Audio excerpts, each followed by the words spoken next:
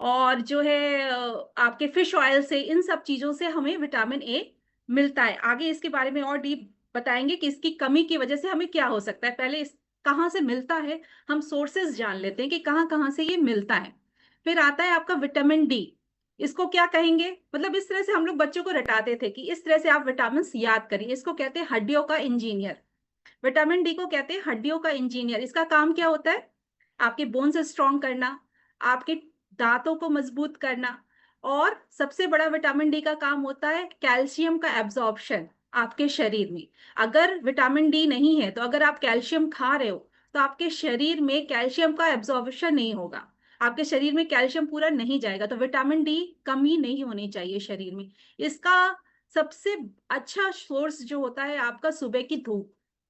सुबह की धूप आपे लेनी चाहिए। दूध, पनीर, अंडा, मछली, मशरूम्स, ये सारी चीजें लेनी चाहिए। इसका एक टिप मैं बताऊंगी विटामिन डी का, कि आप जो है जब सुबह की धूप ले तो थोड़ा सा तिल का तेल तिल का तेल अपने शरीर पे लगा के आप 15 मिनट अगर सुबह की धूप लेंगे तो आपका विटामिन डी का जो एब्जॉर्प्शन है ना, वो बहुत अच्छे से होगा, वो बहुत अच्छे तरीके से होगा। तो थोड़ा सा तिल का तेल अगर आप अपनी बॉडी पे लगाओगे और 15 मिनट बैठोगे।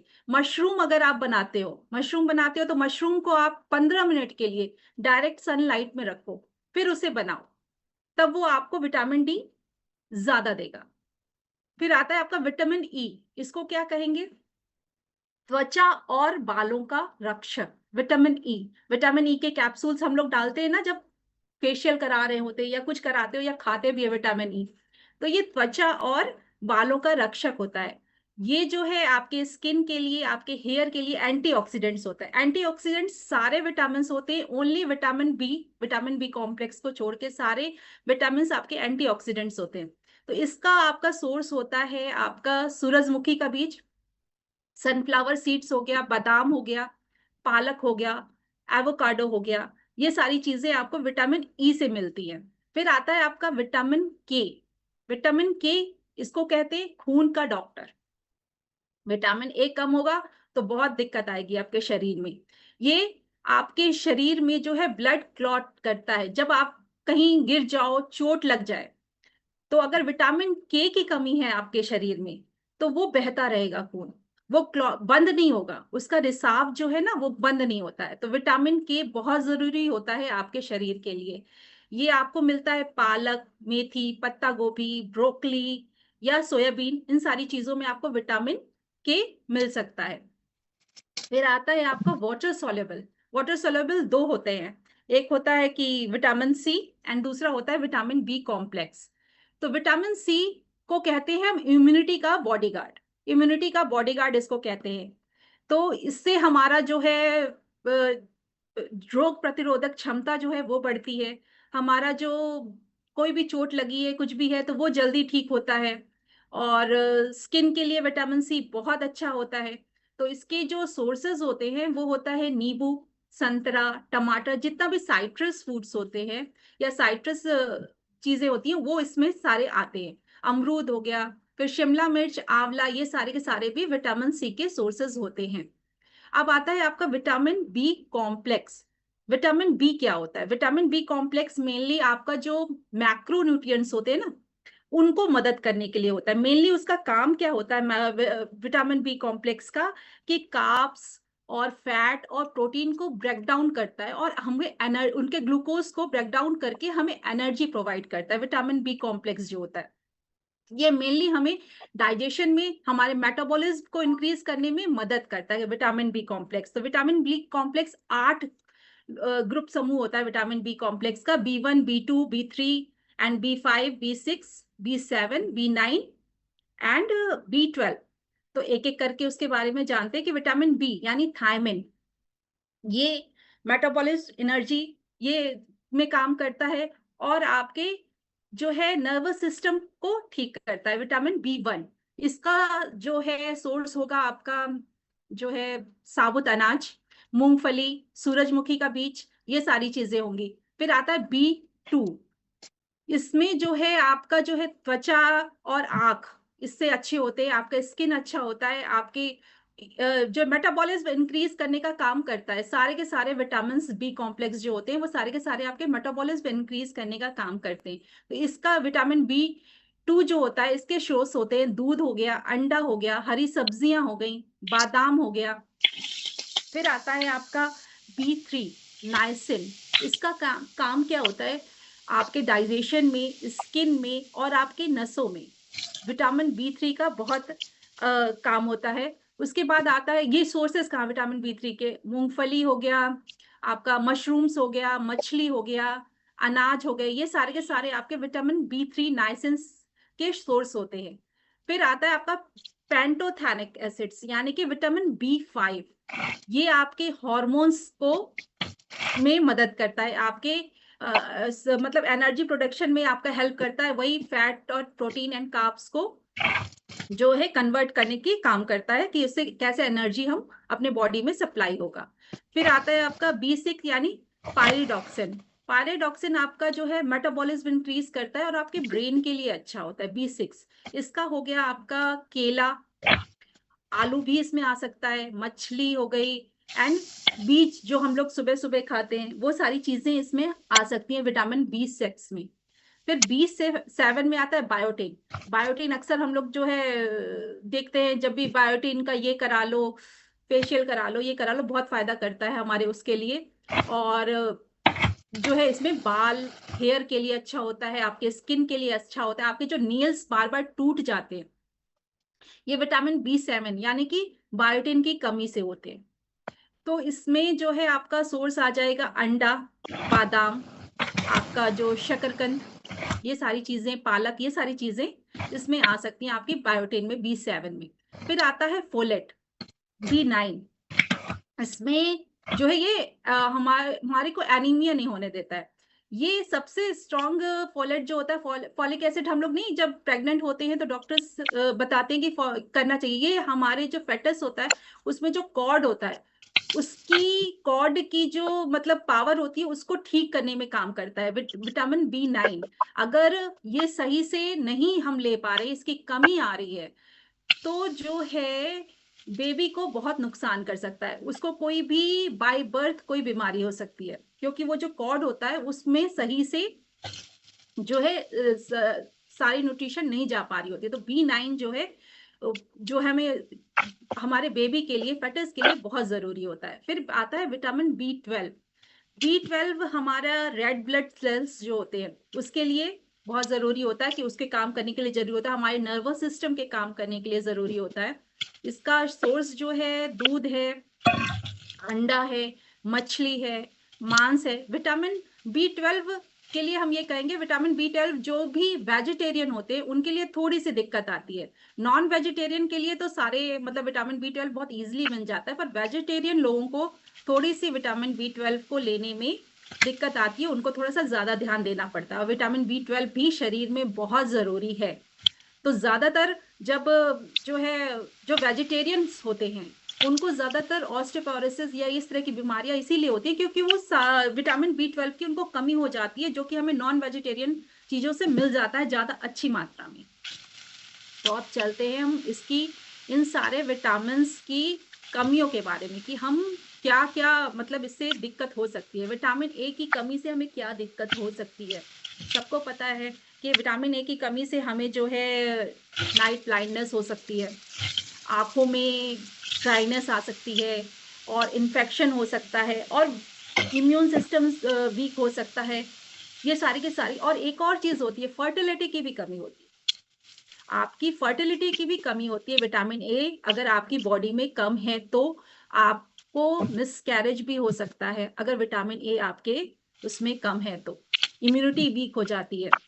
दूसरा आता है आपका विटामिन डी की कमी से। ये तो सबको पता होगा, विटामिन डी की कमी से हड्डियां और दांतों में कमजोरी आती है, बच्चों में रैकेट्स की प्रॉब्लम आती है, और बड़ों में ऑस्टियोपोरोसिस की प्रॉब्लम आती है, मांसपेशियों में कमजोरी आ जाती है। तो विटामिन डी की कमी से ये सारी दिक्कतें होती हैं। विटामिन ई की कमी से आपकी मांसपेशियों में कमजोरी आती है, आपके स्किन, आपके हेयर, इसमें कमी आती है, इसकी ग्रोथ अच्छी नहीं होती है।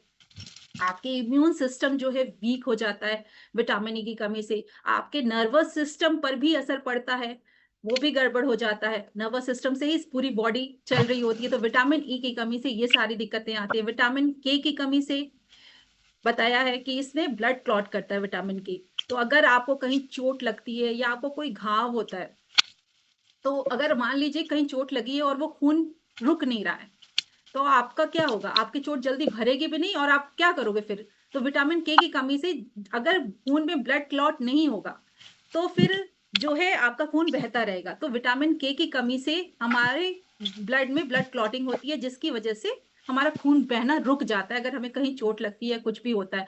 मतलब इंटरनल ब्लीडिंग नहीं होती है। जब आपका खून पतला हो जाए या बहता रहे तो इंटरनल ब्लीडिंग शुरू हो जाती है। तो विटामिन के की कमी से वो चीज नहीं होती है।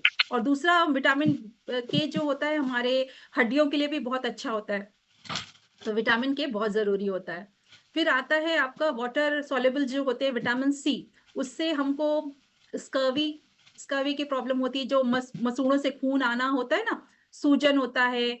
और जो भी चोट लगी है वो देर से भरना होता है। और बार बार मतलब हम लोग को इम्यून वीक होता है, तो बार बार सर्दी जुकाम आएगा, थकान लगेगी, कमजोरी लगेगी। ये सारे के सारे विटामिन सी की कमी से होता है। हमें पता नहीं चलता कि किस चीज की कमी से, क्योंकि हम डाइट तो ले रहे, खाना तो पूरा खा रहे, पर हमें क्यों थकान हो रही है, हमें क्यों कमजोरी हो रही है, या हम बड़ी जल्दी जल्दी क्यों बीमार पड़ रहे हैं? हम खाना तो ठीक खा रहे हैं।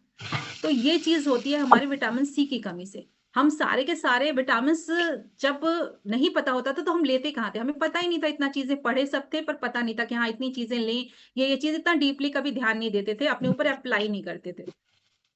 फिर विटामिन बी कॉम्प्लेक्स की तरफ आते हैं, जो 8 पूरा होता है। उस पर आते हैं कि B1 की कमी से हमें क्या होता है? बैरी रोग होता है। इससे मतलब बैरी रोग में क्या होता है? आपके मांसपेशियां कमजोर हो जाती है, आपको हार्ट प्रॉब्लम हो सकती है विटामिन B1 की कमी से। आपको ये सारी चीज हो सकती है, नसों में दर्द, और जो सुन्नपन होता है ना, वो सारे के सारे विटामिन B1 की कमी से होता है। थकान होगा, चिड़चिड़ापन होगा, ये सारे के सारे विटामिन B1 की कमी से होगा। और दूसरा आएगा विटामिन B2। इससे आपका जैसे होंठ फटते हैं, मुंह के किनारों पे जो घाव हो जाता है, आंखों में जलन, रोशनी से डर लगता है, या फिर स्किन प्रॉब्लम जो होती है सोराइसिस टाइप, ये सारे के सारे विटामिन B2 की कमी से होते हैं। फिर आता है आपका B3। इसको कहते हैं पेलेग्रा रोग, यानी कि ट्रिपल डी। अगर इसको पकड़ा जाए तो ट्रिपल डी आप इसको कह सकते हो। डायरिया, डिमेंशिया और डर्माटाइटिस। डायरिया सबको पता है क्या होता है, और डर्मेटाइटिस जो स्किन प्रॉब्लम्स होती है वो होती है। और डिमेंशिया यानी छोटी छोटी चीजें जो है हम लोग भूलने लगते हैं, हम लोग याद नहीं रख पाते, हम भूल जाते हैं, उसको डिमेंशिया कहते हैं।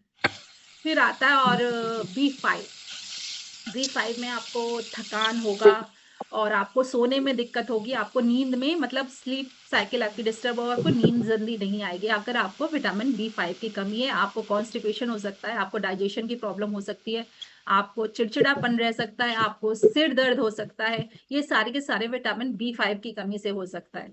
विटामिन B6 की कमी से आपको खून की कमी, एनीमिया की हो सकती है। और सुन्नपन, झुनझुनी जो हाथ पैरों में होती है, नसों की समस्या जो होती है, नर्वस सिस्टम पे काम करता है। तो B6 की कमी से आपको नर्वस सिस्टम में प्रॉब्लम हो सकती है। आपको डिप्रेशन हो सकता है, क्योंकि वो भी नर्व से रिलेट होता है। और आपको भ्रम की स्थिति पैदा हो सकती है अगर विटामिन B6 की आपको कमी है तो। फिर आता है आपका B7 बायोटिन। बाल झड़ना, त्वचा पर जो है रेड रेड हो जाता है, इन्फ्लेमेशन हो जाता है, वो सारी चीजें आती हैं। आपका जो है नाखून कमजोर होना, बहुत जल्दी जल्दी टूट जाते हैं, ये सारी की चीजें हमारी आती है विटामिन B7 की कमी से। फिर B9 फोलेट की कमी, मेटाबॉलिज्म बहुत कम हो जाता है। और दूसरा फॉलिक एसिड मैंने बताया था कि हमारे फेटस के लिए अच्छा होता है। तो उनके लिए मतलब न्यूरल ट्यूब डिफेक्ट जो होते हैं वो हो जाते हैं अगर हम B9 सही मात्रा में नहीं ले रहे हैं। इसलिए जब प्रेग्नेंट वुमेन को हम ये B9 सजेस्ट करते हैं, तो उनके लिए बहुत जरूरी होता है ये लेना, फॉलिक एसिड के टैबलेट्स लेना बहुत जरूरी होता है। डॉक्टर जरूर कहते हैं कि ये आप लीजिए। थकान और चक्कर इससे नहीं आता है अगर आप B9 के फॉलेट के टैबलेट्स लेते हो। फिर B12 में क्या होता है, एनीमिया, हाथ पांव में सुन्नपन, इसमें भी होता है। इसमें भी आपकी B12 की कमी से आपकी याददाश्त कमजोर हो जाएगी।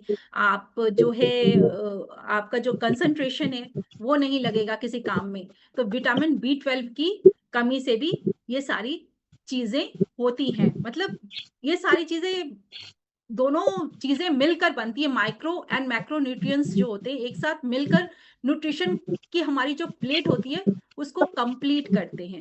मेनली जो होता है कार्ब्स को एनर्जी में कन्वर्ट करना, ये सारे काम्स जो होते हैं B1 B2 B3, ये इन कार्य काम करते हैं। और फैट्स को ब्रेक डाउन करना कि फिर उसके बाद उसको यूज करें, तो ये सारे हमारे जाते हैं B2 B3 B5 B7 में। और प्रोटीन्स को ब्रेक डाउन करना ये किस में जाता है, हमारा B6 B9 एंड B12 में। और नर्वस सिस्टम और आरबीसी फॉर्मेशन, आरबीसी जो होते हैं हमारे रेड ब्लड काउंट जो होते हैं उसमें, और डीएनए सिंथेसाइज करता है B9 एंड B12। तो ये सारे विटामिन जो होते हैं हमारी पूरी बॉडी के लिए बहुत जरूरी होते हैं, ये हमें हमेशा जो है फायदा करते हैं। इसको एक रिकैप मैंने आप लोग को बताया है कि ये क्या क्या होता है, क्या यूज होता है, और किसकी कमी से हमें क्या प्रॉब्लम आ सकती है, कि इसको अपने माइंड में आप लोग फिर से रिकैप कर लीजिए और इसको लेना शुरू करिए अपनी प्लेट्स में, अपने डालना शुरू करिए। रोज बताया जाता है कि एक दिन में एक टाइम पे आप लोग फ्रूट्स लीजिए, ये लीजिए, क्योंकि विटामिन की कमी हमारे शरीर में ना रहे। और अगर फिर भी अगर आप विटामिन की कमी नहीं पूरी कर पाते हैं तो फिर मल्टीविटामिन के टैबलेट सजेस्ट किए जाते हैं, वो लीजिए कि आप पूरा, अगर आपकी कमी हो रही है आप लीजिए। पर विटामिन की कमी अपने शरीर में कभी भी नहीं होने दीजिए, नहीं तो बहुत सारी दिक्कतें आएंगी। तो चलिए अब चलते हैं हम अपनी राखी मैम के पास। उम्मीद है मैंने जो बताया